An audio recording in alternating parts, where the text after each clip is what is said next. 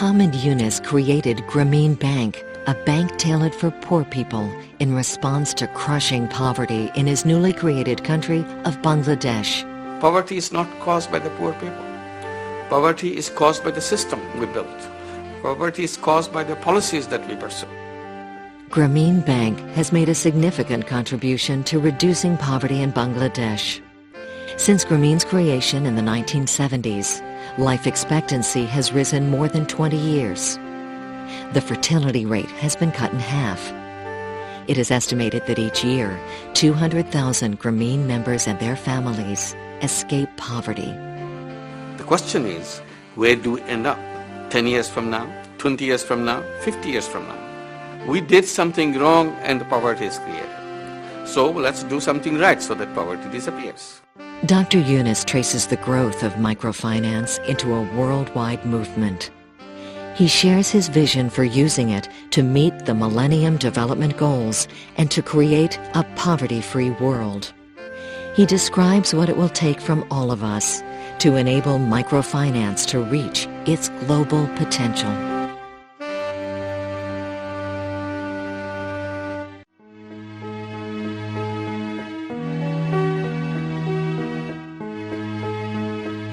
To me, poor people are like a bonsai, like the bonsai tree, little tree.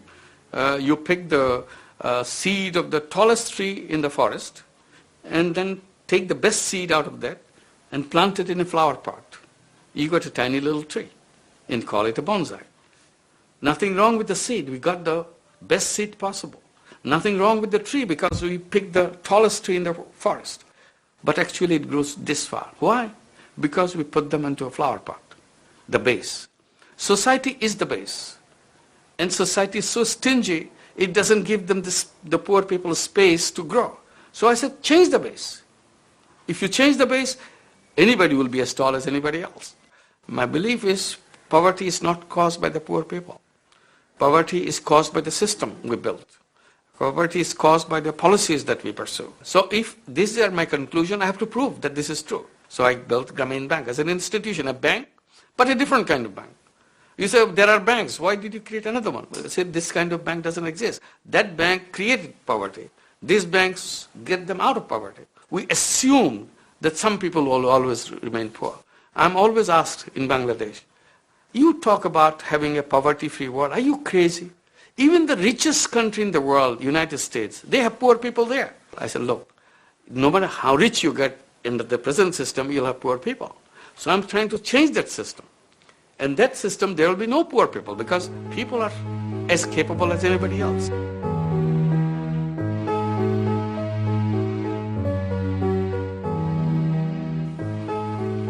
In a world which goes around with money, you cannot get a dollar without a dollar in your hand.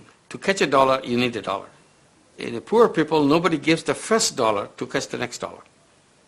The starting point is missing. If you are born in a rich family, you already have lots of dollars to catch many more in your lifetime.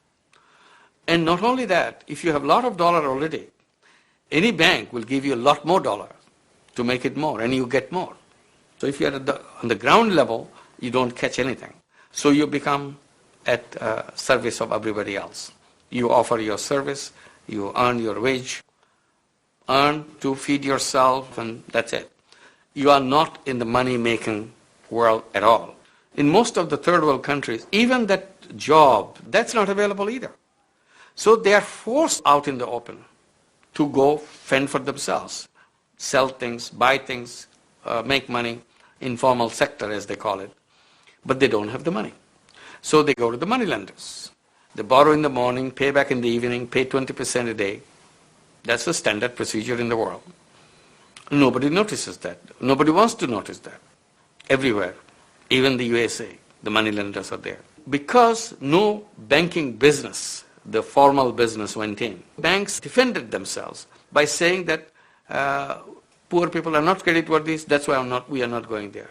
So today we have shown that they are creditworthy. So what is the excuse of not going and lending money? I call credit as a human right, and I've been insisting that this should be formally adopted as a human right. If you list all the human rights that has already been recognized, right to food, right to shelter, right to health, right to education. How do you get those rights established?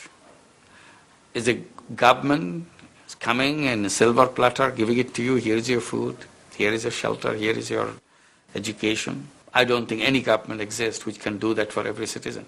Government responsibility is to enable the person so that they can establish their own rights. And that becomes possible, and then creating that environment becomes simpler if we make the credit available.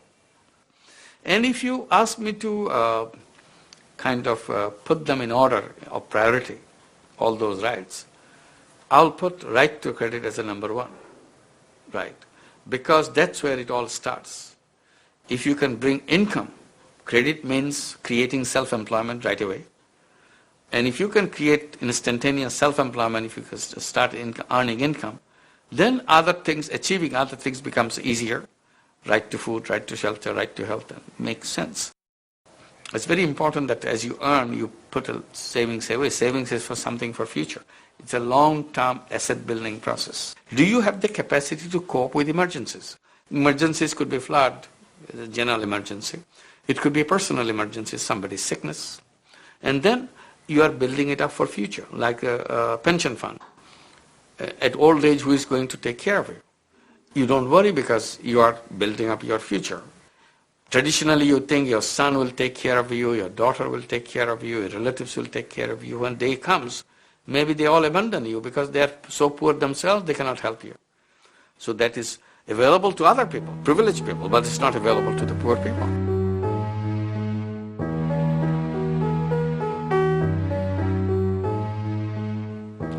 In many countries, women cannot go and work. Even men can go become agricultural labor. Women, by tradition, by culture, are not capable of doing that. So they stay home, become dependent on men. When we began, we wanted to make sure half the borrowers of Grameen Bank are women. Not even 1% of the borrowers of the conventional banks in Bangladesh happen to be women. So there must be something wrong in the system which kind of ignores half the population. And then we saw money going to the family through women brought so much more benefit to the family compared to the benefits coming to the family where money went through men. Women were very cautious with their money. They wanted to get the best mileage out of that money. If woman is making money, the children became immediate beneficiary. They went to school, they are better fed, they are better clothed. And women look for long-term issues, trying to get out of poverty much faster than a man does. So looking at many of these issues, we changed our policy of 50-50. We concentrated on women, we focused on women. And today, with 4 million borrowers in Grameen Bank, 96% are women.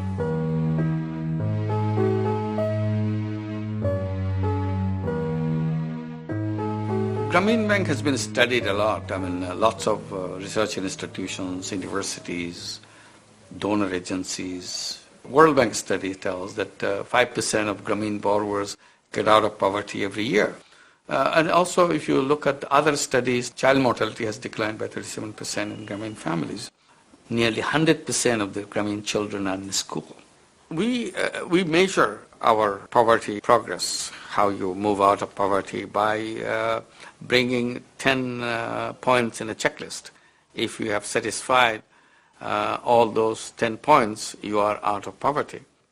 One is housing, for example. It's whether you have a solid roof over your head and you have enough space inside of your home, and so that you can live in the family without worrying about winter and particularly rain in Bangladesh is a monsoon country. So this is one. And whether all your children are in school and staying in school in a steady way. So that's another one. Whether you have enough savings deposits in the bank, so that if you have a bank account, at least you know if you need money for emergency or a special reason, you have to, you can fall back on that money. And minimum balance should be 5,000 taka. So that's another point. Whether you have a sanitary latrine, whether you have access to drinking water, pure drinking water. And if out of 10, 9 have been done, 1 is missing, we still do not consider you have crossed the poverty line. And in that estimation, 56% of the Grameen borrowers have moved out of poverty, which is quite a task.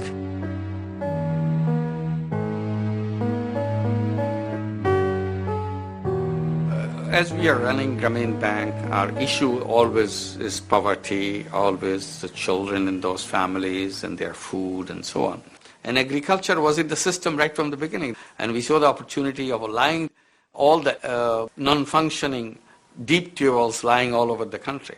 So we thought, why don't we just take it from the government? So we started an irrigation project within Grameen Bank. And gradually we put it a formal shape, call it Grameen Agricultural Foundation. It became an independent company.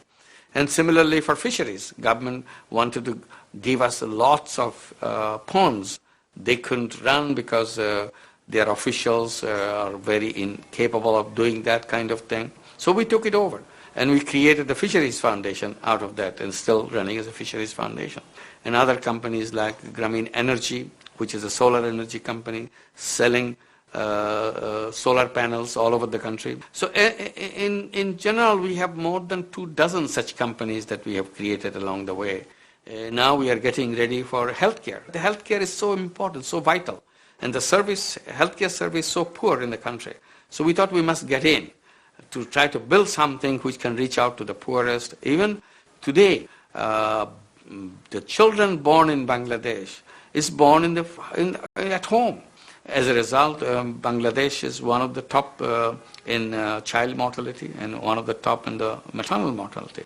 And the Millennium Development Goal is to cut it down by 2015. Always, whatever company that we create with the name Grameen means it is for the poor. Grameen Phone is a big company and sells mobile phone service in the country. How is it that you benefit from that for the poor people? Either they benefit directly from that company or they will be owning that company. Like Grameen Bank is owned by the poor people. It's owned by the borrowers. Similarly, Grameen Phone, when it goes to the share market, those shares will go to the poor people. We'll make sure that the company is owned in large part owned by the poor people. So this is the way we see the scenario. Everything we have done, we see some reason that it will go into the benefiting the poor people.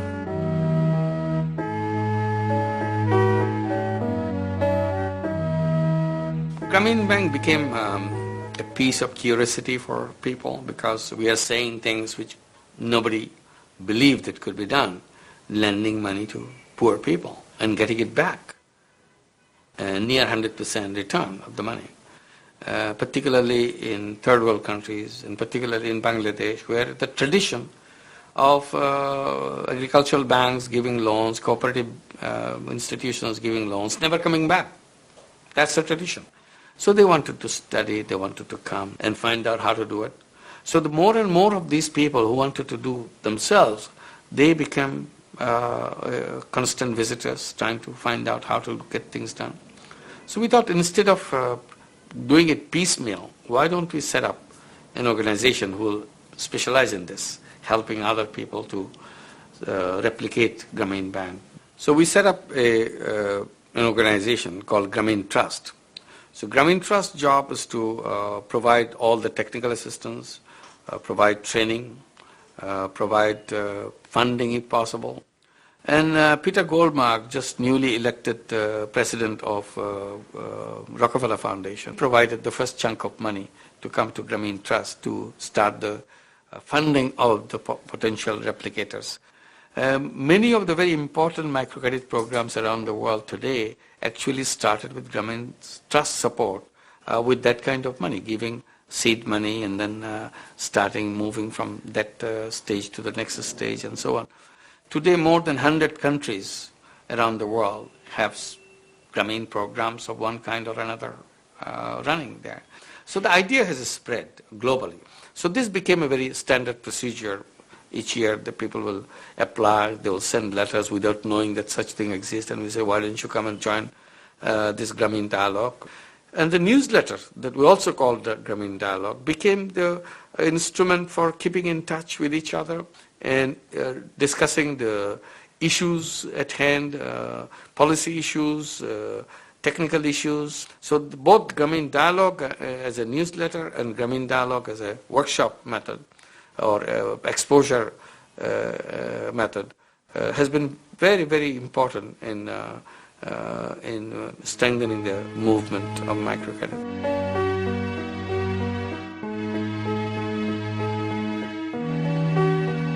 I was in Beijing conference because of our experience by 1995. And people responded very well during the Beijing conference. We told our story, how microcredit works so much good in a more efficient way, bringing women into the income stream. And then leading to many other issues besides earning money, and political issues and the family status of the children, girl children, and so on, and improving the health of the children because mother is earning money and that helps the children better, and education of the children. And I must say that people paid a lot of attention to these issues. It brought the whole world to discuss and understand and review the policies, global policies, national policies towards women and gender issues. The decisions taken in Beijing conference still reverberates all over the world.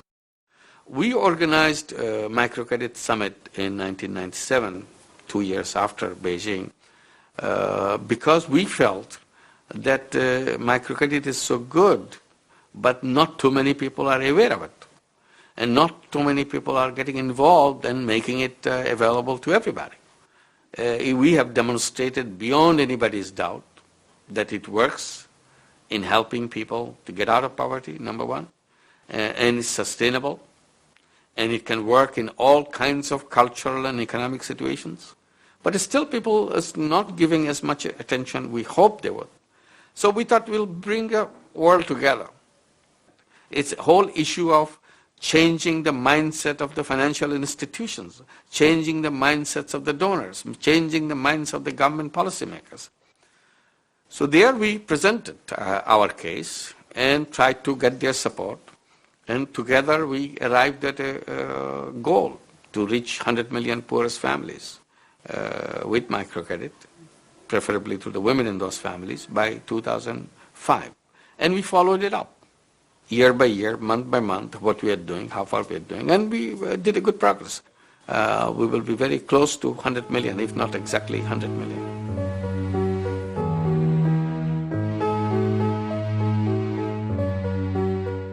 So today, we are just around 100 million. Despite all the difficulties, all the skepticism, all the wrong policies, imagine if you had the right policies, imagine if you had all the support system installed, how far we could have gone.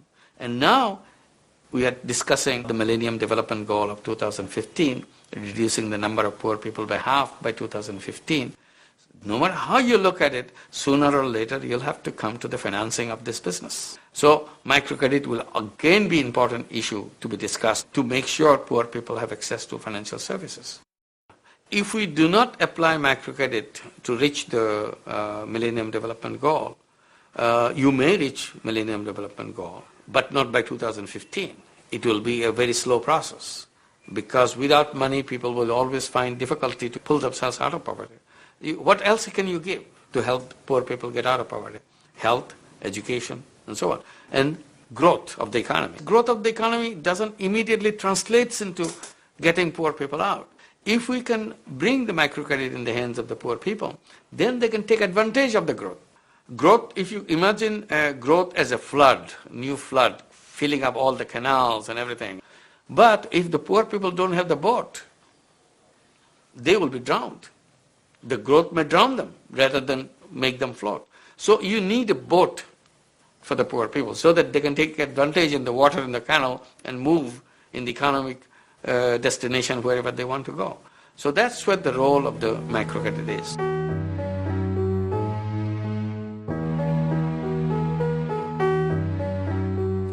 At the conceptual level, what did we do wrong in our framework? We must have done something wrong in the framework, which led to all these conditions. One thing I have been emphasizing again and again, for example, in the issue of capitalism, there are things that, seeds that we have put in, which created the conditions of poverty right now. And this is no fault of capitalism itself. I think the whole thing began by the narrow interpretation of capitalism. For example, when we talk about businesses, we always interpret businesses are the institutions designed to make money, and their only objective is to make money. So people took it very seriously. So they are in the businesses, they want to maximize their profit in a wholehearted way, a very concentrated way. We built supporting institutions to make it easy for them to get to the maximization of profit. In the way, we discarded all our social objectives of living in this planet. There, I think, we made the big mistake.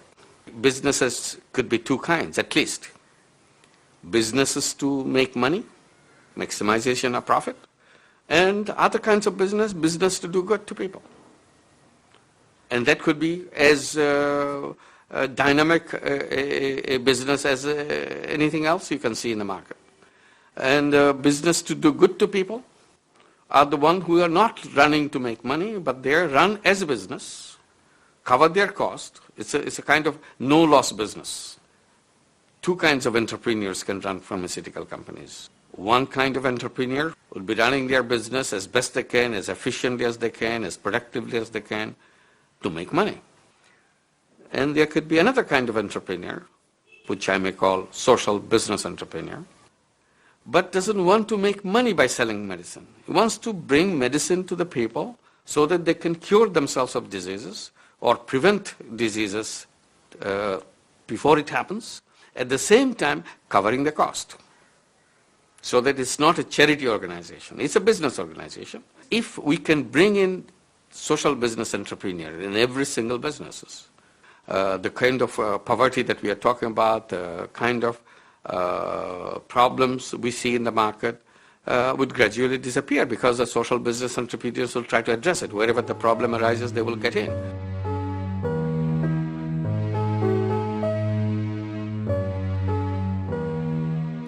Governments have to play the most important role. Other parties, like international finance organizations or donors, can initiate, can do a very important job in opening up the path. But the real path making has to be done by the government. Government, first of all, should not get involved in delivering microcredit by themselves. That, I think, would be absolutely wrong policy. It should be open for private interventions and private investors or social business entrepreneurs. The government's intervention would be creating a favorable environment, supportive environment. Under the existing laws everywhere in the world, NGOs or private organizations are not allowed to give loans. If you give loans, you have to get a license. And all countries prohibit taking deposits from somebody unless you're a bank. As an NGO, you violate the law. In Bangladesh, regulatory bodies made a compromise, allowed the NGOs to take deposits from the borrowers, but stopped taking deposits from non-borrowers. So at least halfway compromise was done. In many countries around the world, even that is not allowed. So you cannot take deposit from your own borrowers, you cannot take deposits from outside. This has to be changed. I mean, if you're serious about ending poverty, you have to be serious about that. Those troubles could disappear right away if governments come and make a legislation to allow creation of microcredit banks, exactly the way microcredit works, so that it's now a banking entity, a formal entity, which can take deposits and lend money, so you don't have to look around for any money because the money is available right there. You can take deposits and lend it out to the local people. So this is, I think, the most important task of the government. Unless that is done, microcredit will always limp. It cannot become a strong business to reach out to all the poor people everywhere. So this is the most important role the government can play, creating the environment for that.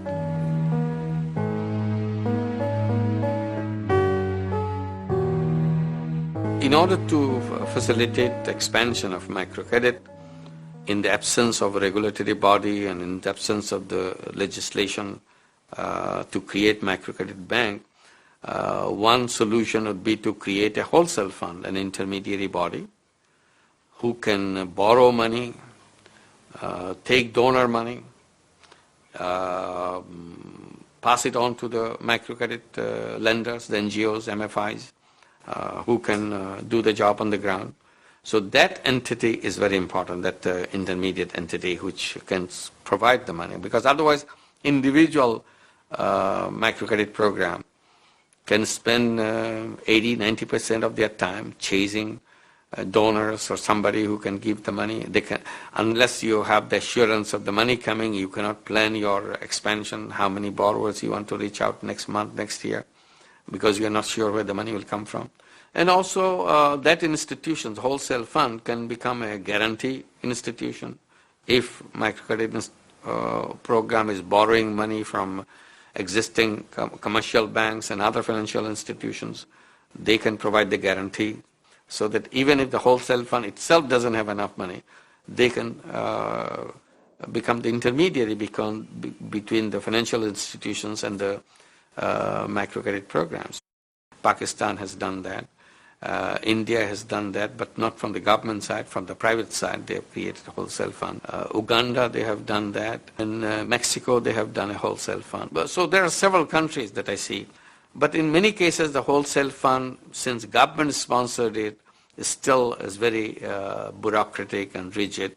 In order for a wholesale fund to be effective, I think keeping a distance from the political entities like the government is very important.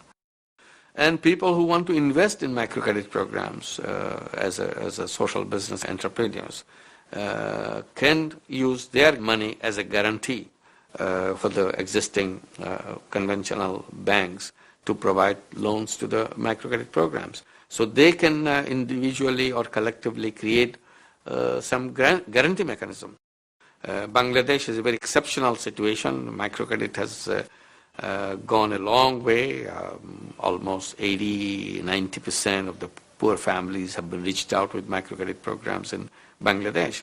But if you look at other countries like India or China or Philippines, still a long way to go.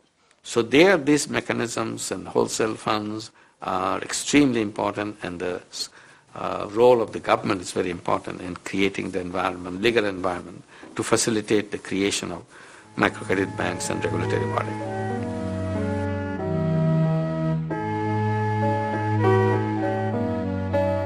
United Nations organizations, they have done some organizational workshops, conferences, and that sort of thing. UN can bring success stories and share with other countries, tell people why they feel that microcredit is important, like celebration of International Year of Microcredit in 2005. But I don't think we should expect them to come and really get involved in providing the funding. They can do experimental funding, they can do some documentational funding and that sort of thing, not actual carrying on the microcredit program. That has to be done by somebody else.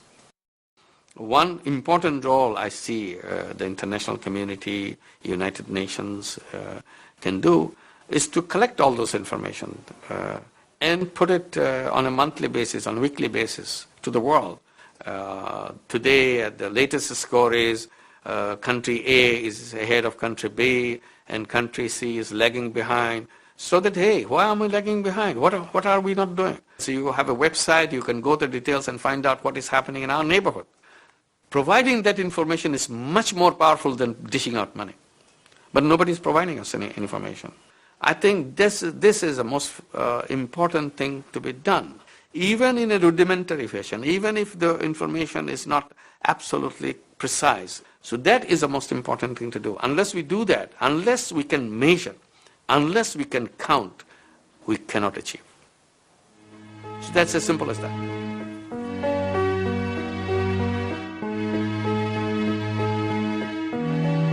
The World Bank, as a financial institution, didn't go very far on supporting microcredit. If you look at their statistics, World Bank lends out $20 billion a year or something. Not even 1% of that money each year goes into microcredit. So you can see their priorities and importance they assign to that. And whatever money they have given in a big way in what we might call the mainstreaming in microcredit. One big example is their support to Bangladesh in wholesale fund. Bangladesh Wholesale Fund was working and doing very good job, and World Bank wanted to support that institution. They provided a big chunk of money, $150 million to begin with. So that was one good point where money coming from the World Bank used very appropriately and very successfully. But my question is, if you could have this experience in Bangladesh, how good it worked, why World Bank stopped at doing it elsewhere? They did it in Pakistan, but did it in a very different way than it's happened in Bangladesh. They have not in any other country that I know of. One of the things initiated by the World Bank was the creation of CGAP, Consultative Group to Assist the Poorest. And we were behind it, supporting it to kind of a platform for all the donors, because I was thinking that donors don't understand what microcredit is.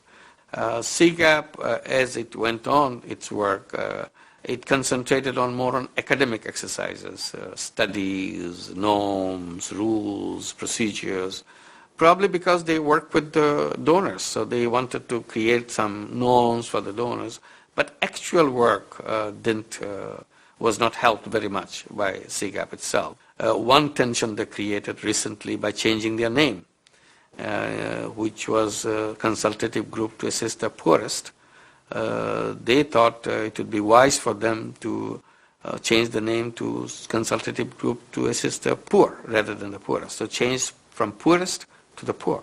And their explanation is poorest don't need credit because they cannot handle credit.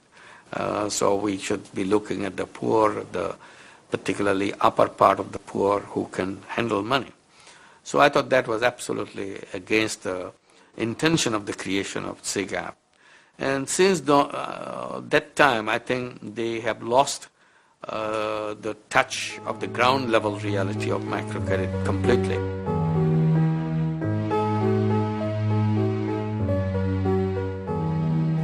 To achieve the 2015 goal, first thing that we must do, understand that it's a global task. It's not the task of the government, it's not task of the United Nations, it's not task of one particular group of donors or others. Everybody's involved. Institutions, individuals, organizations, businesses, everybody must feel that this is our task and pick up their own piece. How do we contribute and do that? We have to define the task itself. Unless we can describe this in a day-to-day, week-to-week, month-to-month basis, we cannot proceed. Because if I don't know how much I have proceeded and how much path I have left, how much distance to cover, I'm not energized. It's not a money story. Donors cannot come and buy Millennium Development Goals. Donors can only support governments and people's initiative to reach that. So this is a human effort. It's more than the money effort. When you come to the village level, because that's where the real action is.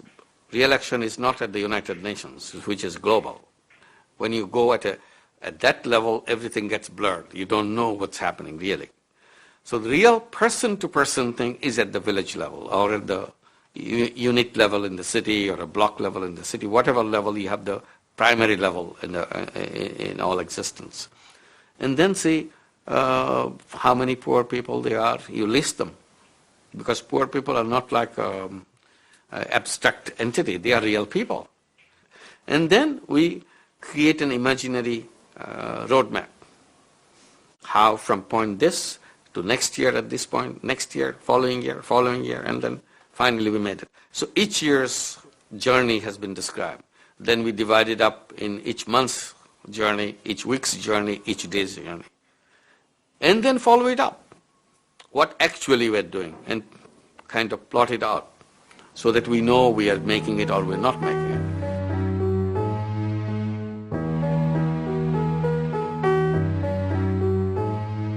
I have not seen that any citizens group combine themselves. We are the citizens to achieve Millennium Development Goals. None.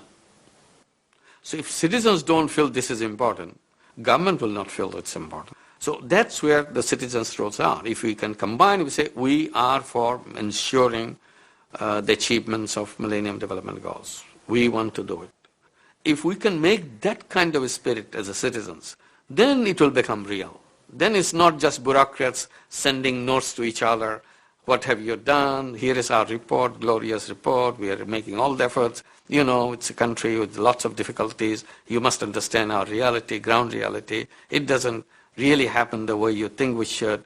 But we are making all the efforts. We have spent so much money. We created this cell. We have done this. Look at this beautiful package that we have. That's it. It will be limited in that ping pong games, the old ping pong that you write reports, I send reports and make a presentation, that's it. Not the real on-ground thing, unless people themselves become involved in that to say, yes, we want. So this is what the citizens' role is. Citizens to form those kind of, activate those institutions and form their own lobby group, pressure group, and action groups to make it happen.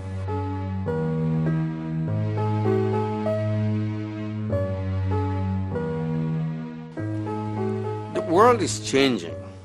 Not today. It has been changing ever since it was here. But the speed of change in human society is getting faster and faster and faster. We come to the second half of the last century, 20th century, and we see suddenly the speed became still faster. And we come to the last decade of the last century, we see that speed is phenomenal. Human society will be changing faster than ever before in the history of mankind. The question is, with those changes, where do we end up? 10 years from now, 20 years from now, 50 years from now. So this is a question everybody should be asking themselves, because 50 years is a long, long time in the fast-moving world. So this is the chance that we have to think ahead. Because unless we can imagine, we cannot create. So I think it's a very concrete thing. All we have to do, believe in it and work for it. And it will happen. And it will happen faster than we can imagine. And that will be the day when we can all agree that we have to create museums, poverty museums.